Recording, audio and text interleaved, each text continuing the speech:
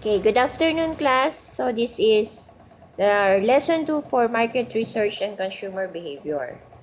So for this lesson, we will be tackling sectors targeting consumers. We will encounter the terms private, public, and non-profit sectors, which are often used to distinguish the commercial, the government, and the not-for-profit organization that market to consumer. So let's tackle non-profit sector. Non-profit institutions are also known as the voluntary or third sector.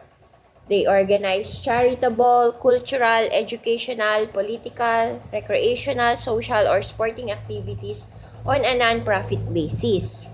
Ibig sabihin, wala silang kinikita. An example of charitable institution will be the Red Cross. So, they use marketing but they do not sell anything. Okay? So, another one is for non-profit organization, they use commercial marketing concept for social change or social marketing purposes. So, later on, we will find out what this social change or social marketing are. So, social marketing has two goals. First, to get consumers to increase support for a social cause. What is an example of a social cause? We encounter things like takbo para sa kalikasan, piso-piso para masalba ang Pasig River, what else? So sometimes even individual collections. For example, someone is sick, we conduct run for a cause, bike for a cause, walk for a cause. So these are social causes that uses social marketing. Another one is to convince consumers to decrease some behavior. So, an example would be the consumption of drugs or binge drinking or yung excessive drinking. Yung mga campaign against drugs, against the youth joining the NPA, these are process described as demarketing because we are trying to decrease or lessen the practice of the given situations. Okay? So, we go to public sector. So, public sector provides government services for consumers and organizations such as education, electricity, healthcare, gas, public transportation, roads, police, military, water, and tourism. Many nations market their cities or countries to attract tourists, residents, or investments. If you are familiar with the Wow Philippines or Amazing Vietnam, so even countries try to sell their country in a sense like their tourism. So Dubai sells its country attracting businessmen to invest. Okay?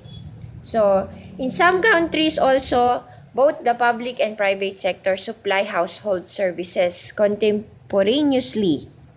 So, may pwede kang mamili sa private and sa public na magsusupply ng, for example, electricity mo in the US and water in Britain and France. Unlike sa Philippines, we only have Kaelco, Meralco. Kaelco is owned by Co-op. Meralco is owned by a private entity. So, not more of the public sector.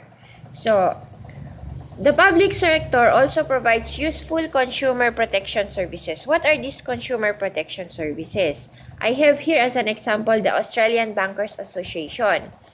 The social marketing that the Australian Bankers Association or ABA is practicing is the giving of advices on identity protection. Kasi sa ibang bansa, even in the Philippines, identity theft or phishing is very rampant. Yung nanakawin nila yung identity mo, yung credit card statement mo, yung bank statement mo so that they can get money from you. So, another one is the Australian Department of Communication through its Stay Smart online website advises on securing computers, online interactions, and transactions. In Australia, you can live cashless. Kahit ATM mo lang yung dala mo, or kahit cellphone lang, wala kang pitaka, you can do transactions online. So, the Australian Department of Communication, as a marketing or as a consumer marketing practice, they conduct lectures or they give tips on how to avoid being a victim um, of online webs or website theft or identity theft for that matter. So, also, the tourism program within the Department of Industry helps travelers to maximize their visits to Australia. Doon, pag namamasyal ka, halos lahat ng tourist spots merong map, libre. May free restrooms, hindi ka magbabayad tulad sa Pilipinas na 1 peso ihi, ganyan, 5 peso dumi. Doon, wala. They help travelers to maximize their visit. So, unlike dito, pag nawala ka na lang. Doon, they provide you with maps. So, for example, pupunta ka sa isang lugar, they direct you kung saan ka next, ano yung magandang next na tourist spots so that you will be able to maximize your stay. Okay? So this is an example of social marketing. They campaign against STI or sexually transmittable infections, or sa atin is STD. Okay? So, we also have the private sector. This is another sector of consumer. The private sector or business sector is made up of commercial companies. They market goods, service, ideas, and experiences to consumers, as well as the private, public, and non-profit sectors. So, parehas lang. But, the private sector includes commercial research companies collaborating with their global offices and marketers to research consumer for product development, consumer trends, and lifestyle changes. Okay, an example of this would be, pag napunta kayo sa ibang bansa, kahit pare-parehas na Milo yan, pag tinignan nyo yung nutrition facts niya, iba-iba. At napansin ko din, ang Milo dito sa Pilipinas ay mas matamis kaysa sa Milo sa Australia. Bakit? Because of consumer or product development. They try to match the needs of Caucasian body that of the Asian body. So, iba-iba kasi yung nutritional needs natin as our race changes. Okay? And of course, our preference also, they consider our preference. Tayo mga Pilipino, mahilig tayo sa matatamis, sa masyadong matamis, nahasanay tayo doon. So that's why they adjust the timpla of Milo. And kung makikita nyo, even our local products like the Skyflakes, may nakalagay doon na for export only, or yung ibang supot naman is for Philippine consumption only. Kasi nga iba-iba din yung requirement ng iba't ibang bansa. Meron ding mga ibang products na iniiba nila yung packaging pag ine-export or pag in-import. Okay? So, private sector also includes creative services, firms in advertising, public relation, marketing communication, media and production, who plan and execute integrated campaigns to appeal to consumers. Araw-araw natin tong na-encounter sa TV, sa radyo, even in your YouTube, later on pag nanonood kayo ng kanta or nanonood kayo ng lecture ko sa YouTube, mamaya may mag-a-appear dyan advertisement. So, these types of sector that target consumer is very common. Okay? So, the sector also includes industry associations promoting their product categories such as beef, milk, fruits, and vegetables. So, meron yung mga samahan ng gumagawa or nagpo-produce ng beef, samahan na nagpo-produce ng milk. Okay, so this because my lecture is Australian-based lecture, kasi nga magandang gawing example lang Australia because their consumer awareness or their marketing campaign is very vast and well-researched, kaya yun yung ginagamit kong example. In Australia, they have this what we call kailangan tangkilikin mo if you're in Western Australia, you must buy Western. Yun, buy Western ang tawag doon. So, ito yung sinasabi nilang industry association promoting their product. So, per product category doon, meron silang asosasyon. Okay, so with that they try to promote their own products. Kahit magkakaiba sila ng brand, kung pare-pareha sila ng binebenta, Sabay-sabay silang nag-a-advertise. Okay? So, what else? Consumer purchases of commercial goods and service can be categorized as follows. So, meron daw category ang consumer purchases. This could be convenience goods, convenience services, we have durables, specialty products, we have unsought services. So, those are the categories. So, what are convenience goods? So, di ba, parang 7-Eleven is a convenience shop. Ano bang nandun? Anong makikita natin sa 7-Eleven? Soft drinks, milk, hotdog, siopaw, kape. So, those are convenience goods or non-durable or fast-moving consumer good. When we say fast-moving, madali lang siyang mabenta. So, in a day siguro, baka nakakabenta si 7-Eleven ng 50 packs of coffee.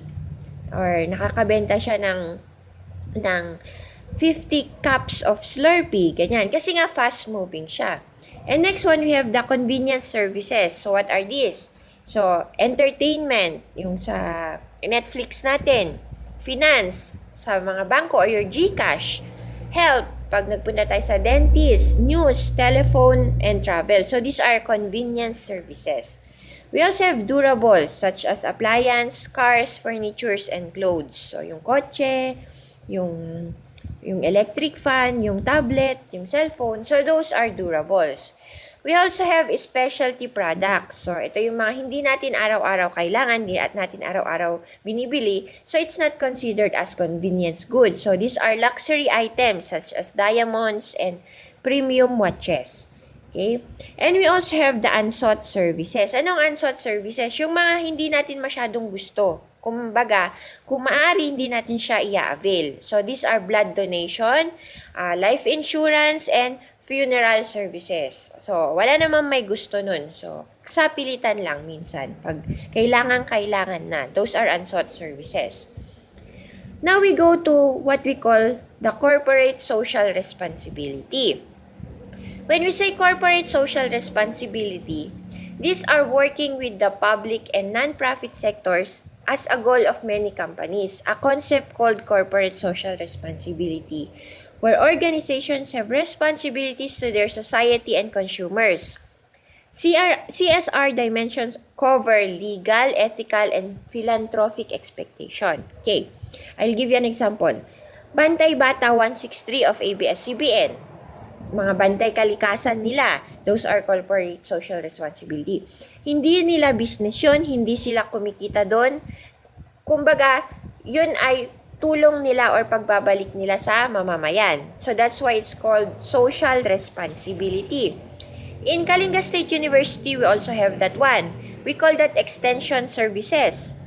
So it's not income generating, but we are giving back to the community by way of helping them. For example, teaching them how to, in our college, we teach them how to market their products. We teach them how to brand their products, how to package their products. So those are our corporate social responsibility. Okay? So again, an example in Australia, the private sector supports the government's national cultural policy to facilitate consumer enjoyment of Australian-made films, music festivals, museum, arts centers, and orchestras.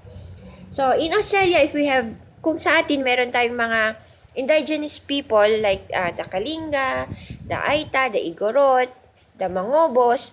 In Australia, they have the Aborigines. So, Aborigines yung tawag na, sa mga tao doon na nauna, yung mga ninuno nila. So, they are very artistic tribe. So, that's why in Australia, kung po pwede, yung mga art nila, street art nila are all aboriginal in nature.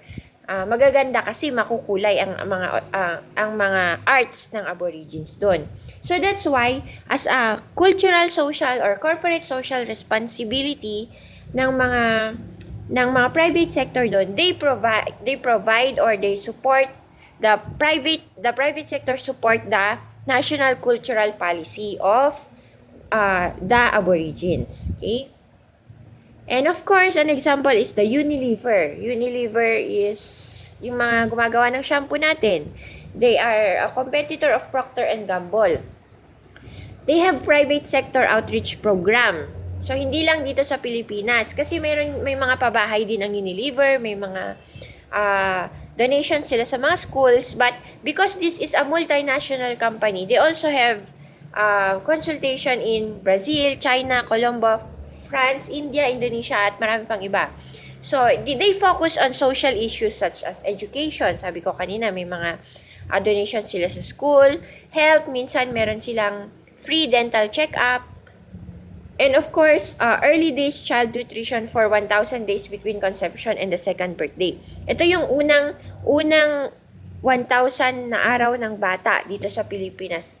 So, that is an example of corporate social responsibility. Okay. So, not all private sector companies are in the good books of consumers. Hindi lahat maganda sa paningin ng mga consumer. This is an article of Wall Street Journal on 2014, which the title is The 10 Most Hated Companies in America. Isa dito yung Abercrombie and Fitch, yung A&F na t-shirt. Because consumers still remembers the controversial 2006 statement that the company was only interested in cool kids but not overweight consumers. So, nag-discriminate sila sa mga matatabang customers. Okay? So, some companies have questionable practices.